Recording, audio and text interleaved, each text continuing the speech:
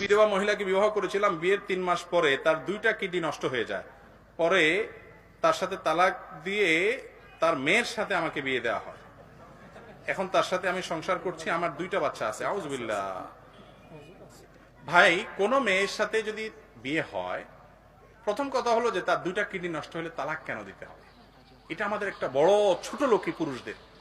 কোন মেয়ের সাথে বিয়ে হয়েছে, এরপরে বেচারির কোনো বড় রোগ হয়েছে, আপনি এবার তাকে তালাক দিচ্ছেন, সমাজের মানুষ তাকে তালাক দিতে বাধ্য করতেছে, বাপ মা জোর করতেছে, এগুলো অবিচার, এগুলো অন্যায়। কারণ হলো এই রোগটা তো সে হাতে আনে নাই ভাই। আপনি কেন বুঝতেছেন না যে আপনি এটা বাদ দিয়ে আরেকটাতে যাচ্ছেন, সেটা ইচ্ছে খারাপ হতে পারে? আর তাছাড়া আল্লাহ আপনাকে যদি একটা ক্যান্সার দিত কি হতো?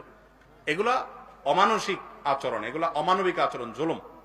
দ্বিতীয় কথা হলো যে কারোর সাথে কোনো মহিলার সাথে তালা একবার বিয়ে হয়, তার সন্তানরা ওই মহিলার মেয়ে অন্য বাপের সন্তান হলেও সে এই ব্যক্তির সন্তান, যার কারণে তার সাথে বিবাহ চিরকালের জন্য কি হয়ে যায়? হারাম হয়ে যায়। ওই মেয়ের মার সাথে বিয়ে হয়েছে, ওই মেয়ের সাথে বিয়ে কখনো কি নাই? জায়েজ নাই। এই বিবাহ বাতিল। এই সম্পর্ক আলাদা হয়ে যেতে হবে, এমনকি বাচ্চা হয়ে গেল আলাদা হয়ে যেতে হবে। একসাথে থাকার কোনো সুযোগ নাই। মূর্খতা কোন লেভেলে আমাদের মধ্যে গেছে দেখেন। এরকম বেসিক বিষয় পর্যন্ত জানে না এবং হারামে লিপ্ত হয়ে বসে আছে। আল্লাহ